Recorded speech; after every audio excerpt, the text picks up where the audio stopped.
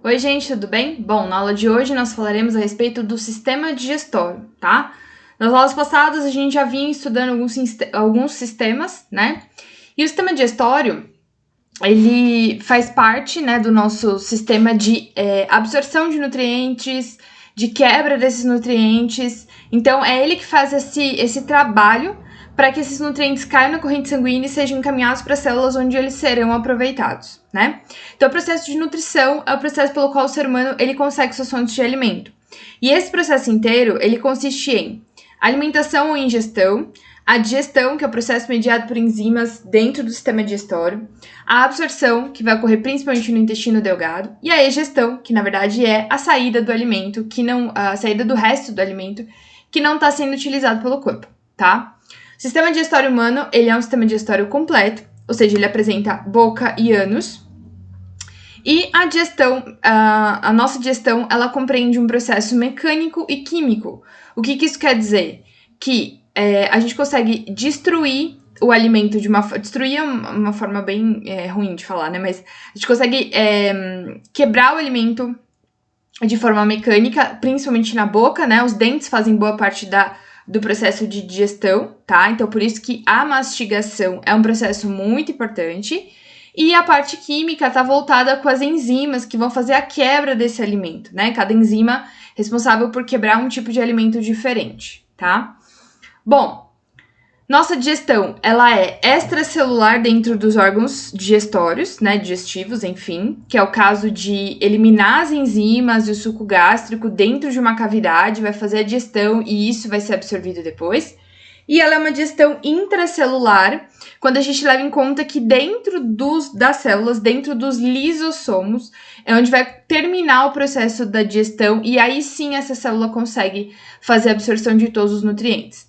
Então, a gente tem dois processos, né, dentro dessa digestão, que é o processo físico, que é mastigação, deglutição, que é engolir, os movimentos peristálticos do sistema digestório, né, aquela movimentação feita para o intestino para jogar o bolo alimentar, e o processo químico relacionado a propriamente a ação enzimática, tá? Então, aqui nós temos o nosso sistema digestório. Boca, né, cavidade oral. Aqui desce, como vocês podem ver, a gente tem um outro tubo aqui, ó, que a faringe também faz parte do sistema respiratório, tá? Então, é boca, faringe, esôfago, comprido, desce até aqui o estômago, intestino delgado, que é o nosso intestino maior, o intestino grosso, e parte do intestino grosso é o reto, e aí termina, então, no ânus. Nós temos alguns órgãos anexos. O alimento não passa por esses órgãos, mas eles auxiliam produzindo substâncias que ajudam na digestão, né? Que é o caso do fígado, que produz a bile que é armazenada na vesícula biliar, e o pâncreas, que produz suco pancreático, que a gente vai falar daqui a pouco. Então, começamos pela digestão mecânica. O processo de entrada do alimento dentro do nosso corpo, ele é chamado de ingestão, né? E a partir da ingestão, a gente tem o processo de mastigação. Os dentes, né, que inicialmente são 20 de leite e depois 32 permanentes, que auxiliam nesse processo, e a língua que faz a movimentação desse alimento dentro da boca. O correto, gente, é que a gente passe bastante tempo com esse alimento dentro da boca, principalmente quando esse alimento ele tem uma digestão mais difícil, como é o caso de carnes, né? Para auxiliar o próprio estômago a fazer o processo digestório correto, tá? Bom, os incisivos, que são esses dentes da frente, esses dois aqui, os de baixo, eles cortam o alimento. Os caninos, que são os nossos laterais, os nossos eles são pequenos, né? Que são esses aqui, ó. São meio pequenos. Normalmente, eles servem para rasgar o alimento. Lá no homem pré-histórico, esses caninos eles eram bem maiores, porque o objetivo era comer carne crua, né? Então, para rasgar, tinha que ser muito mais eficiente do que ele é hoje. Os pré-molares e os molares, eles além de rasgar o alimento, eles trituram, que são esses dentes mais traseiros, mais achatadinhos, tá? Bom, a língua também é um órgão muscular que auxilia na insalivação, ou seja, ela joga saliva dentro do alimento para poder fazer digestão, a mastigação e a deglutição, tá? Então, mastigação auxiliada e a deglutição você joga através da língua o alimento em direção à faringe. E ela participa também da fonação, que é a fala e a sensibilidade do paladar, tá? sem língua você não consegue falar, né? Então, o movimento que a gente faz para falar é a associação da abertura e fechamento da boca com a língua, com a passagem do ar nas cordas vocais, né? Então, eu preciso de um conjunto para que a gente consiga falar, tá? Então, nesse caso, a língua acaba sendo muito importante. Nas glândulas salivares se encontram aos pares, né? As glândulas salivares se encontram aos pares e lançam saliva para iniciar a digestão química. Aos pares, porque a gente é bilateral, né? Então, tudo que tem de um lado tem do outro. Então, a gente tem a glândula parótida, que é essa aqui, ó. Não sei se vocês reparam, mas quando você vai comer alguma coisa bem ácida, sabe aquela sensação de salivação? Daqui, as glândulas submaxilares e submandibulares, tá? A saliva vai conter uma enzima chamada de pitialina, que é a amilase salivar, que age sobre o amido, iniciando a digestão do amido na boca. Então, assim, o único alimento que começa a ser digerido quimicamente na boca é o amido. Carboidrato, né? Então, pão, batata, macarrão, etc., doces, são inicialmente digeridos na boca.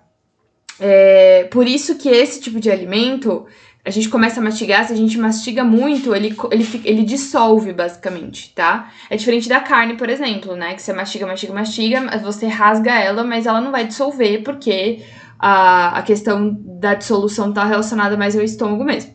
A produção de saliva é importante, pois nos permite que o alimento seja enviado de forma mais eficiente e fácil através do esôfago, evitando assim que a gente engasgue, né? Então a saliva ela dá uma lubrificada nesse alimento para poder escorregar para baixo, né? Por isso que alimento seco, sabe? O alimento seco parece ficar parado assim na garganta, justamente por isso. O alimento mais a saliva chama-se então a partir daí bolo alimentar, tá? Então você ingere a comida e quando ela junta com a saliva, a hora que você engole, aquilo vira um bolo alimentar. A faringe é um tubo que conecta o esôfago à boca, né? Se divide em 3 partes, é comum ao sistema respiratório também. Então, a gente tem a parte anterior, nasofaringe, né? Que é a parte do nariz. A orofaringe e a laringofaringe, tá? Então, ela é dividida em 3 partes. Por isso que quando você tosse, por exemplo, pode ser, engasga com arroz, ele pode voltar pelo nariz por causa disso, por causa da estrutura, que é tudo interligado. A faringe participa junto com a língua da deglutição, tá? Então, você faz esse movimento, engole, e aí a gente tem uma outra estrutura aqui que vai coordenar essa passagem do alimento. O esôfago começa na região cervical, vai para a parte torácica e termina na região abdominal até o estômago, tá? Ele é formado por um músculo liso que auxilia no movimentos peristálticos. Ou seja, você tem controle do que você está ingerindo até o momento que você engole. Depois que você engoliu, quem vai comandar é o músculo involuntário, que é o músculo liso do esôfago. Então, por isso que você não consegue comandar mais, tá? Bom, então esse alimento, ele passa, né, pelo esfíncter aqui superior do esôfago e tem o esfíncter inferior e tal.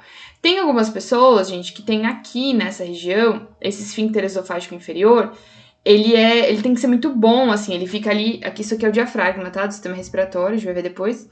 Mas ele fica bem aqui assim e ele controla a passagem do alimento. Só pra descer, né? Então, o alimento passa, ele fecha. O alimento passa, ele fecha. Pra não voltar. A pessoa que ela tem refluxo é porque esse esfíncter aqui, ele, né, tá meio frouxo. E aí acaba que no momento que ela deita, né, por causa da gravidade, acaba vindo alimento pra cima. E aí pode gerar um desconforto bem grande, né? Uma queimação nessa região aqui, que é por onde tá passando o esôfago. O estômago. O bolo alimentar, ele chega até o estômago através de uma região que a gente chama de cárdia. Essa abertura permite a entrada do alimento e controla para que ele não retorne, tá? Então, é a cárdia aqui que faz esse processo de controle, né? Então, como eu falei aqui, ó, final do esôfago, começo do estômago, eu tenho esse controle.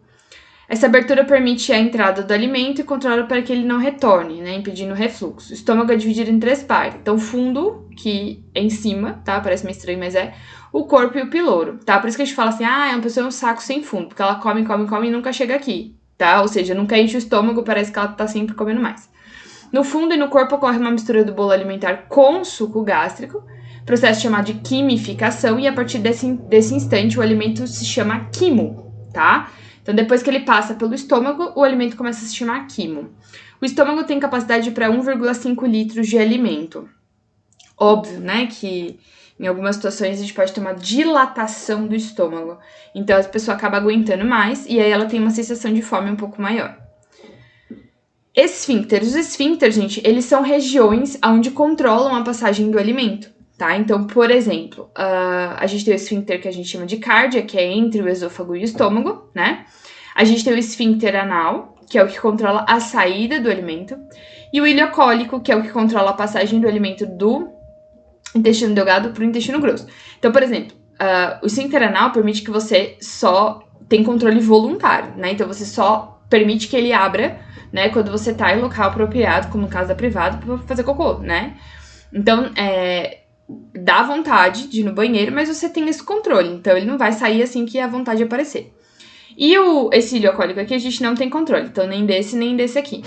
Esse aqui, ele também tem que funcionar muito bem, porque aqui a gente tem um apêndice e não pode ficar caindo restos de alimento dentro do apêndice, senão ele inflama e gera o que a gente chama de apendicite, tá? Então, é um negócio muito legal. A digestão do estômago, então, a acidez do quimo é importante para a ação das enzimas, tá? As enzimas, elas são ativadas por um pH mais baixo, né? Que é mais ácido, pH mais baixo. Depois ocorre esse processo, o quimo é direcionado para o intestino delgado, então ele sai do estômago e vai para o intestino delgado. Mas o esfíncter nessa região controla que a comida não retorne para o estômago, né? Então, tipo, aquela comida que já foi digerida, para ela não ficar voltando para dentro do estômago, não é um negócio muito agradável, tá? Bom, a parte do estômago também possui glândulas importantes na digestão, tá? Então, a gente tem as glândulas parietais, que excretam, né, ácido clorídrico, HCl, que auxilia na absorção de vitamina B12. O ácido do estômago é produzido por essas glândulas, tá? O HCl. E boa parte das enzimas que temos no estômago, ele é ativado por esse HCl. Por que o HCl não digere o próprio estômago?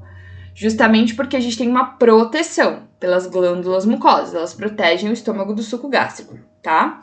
Tem pessoas que acabam ou reduzindo a produção dessa ou aumentando muito a produção dessa, e eu tenho gastrite, né, por causa disso.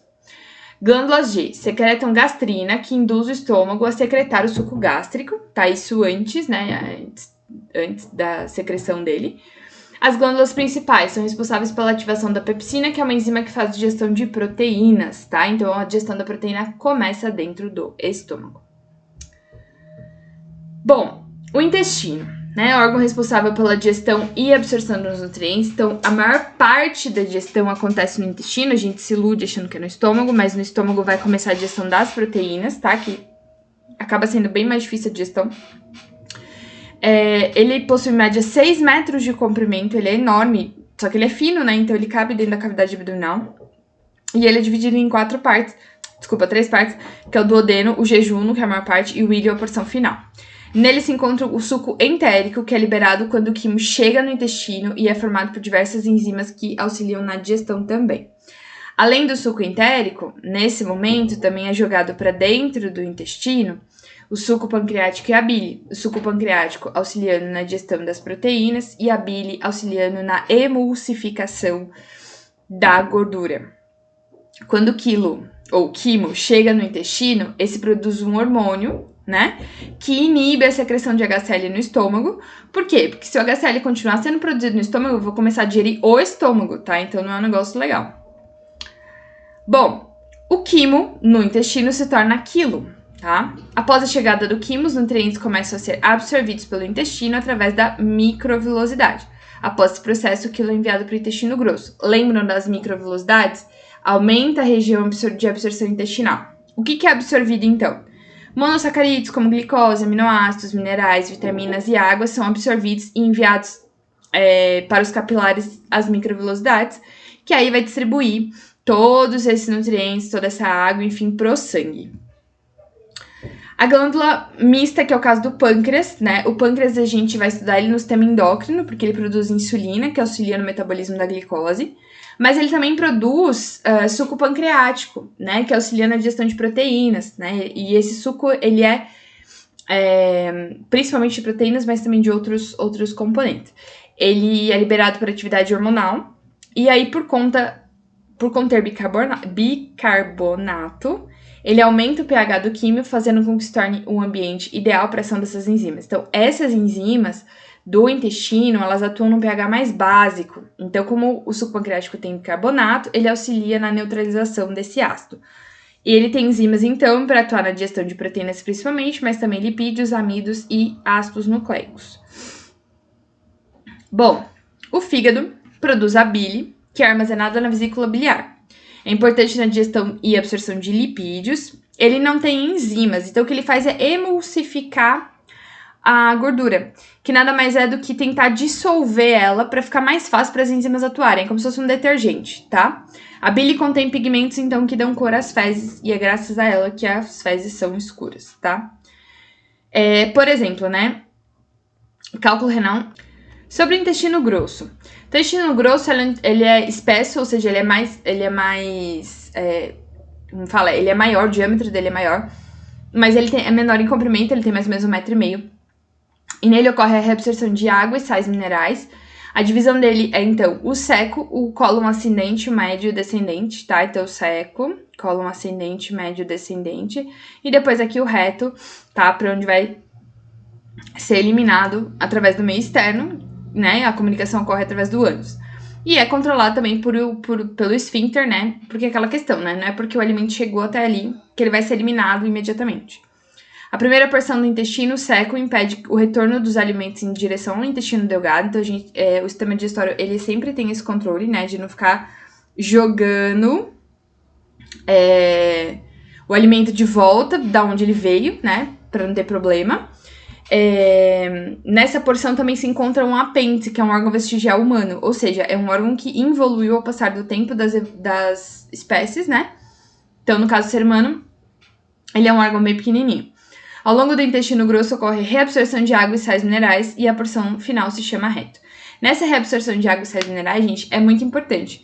Porque quando a gente tem uma diarreia, por exemplo, é porque houve destruição dessa flora bacteriana do reto e do intestino grosso de uma forma geral. A gente não consegue absorver a água e aí a água sai misturada com as fezes, né? Então por isso que sai de uma forma líquida, tá? A microbiota intestinal é formada por bactérias que se alimentam de restos alimentares, né? E elas produzem vitaminas importantes como a vitamina B12 e vitamina K, que a gente não produz e só absorve por meio da produção delas. Então, microbiota intestinal é muito importante. E quem controla a digestão, né? O controle da digestão ele é feito todo pelo sistema nervoso e pelo sistema endócrino. O cheiro e a visão, ou seja, você vê um alimento gostoso que você gosta de comer e sentir o cheiro, gera um processo de salivação, tá? Então você começa a salivar porque o seu sistema nervoso entende que você vai comer aquele alimento, mesmo que você não vá. E a mastigação é o início da deglutição e se dá de maneira voluntária. Então você mastiga porque você quer, tá? Após a deglutição, se dá por movimentos peristálticos de maneira involuntária, ou seja, a partir de que você engoliu, você não tem mais controle. A mastigação e a chegada do alimento no estômago são estímulos, então, para a produção de suco gástrico. Então, quem controla isso é o sistema endócrino e o sistema nervoso.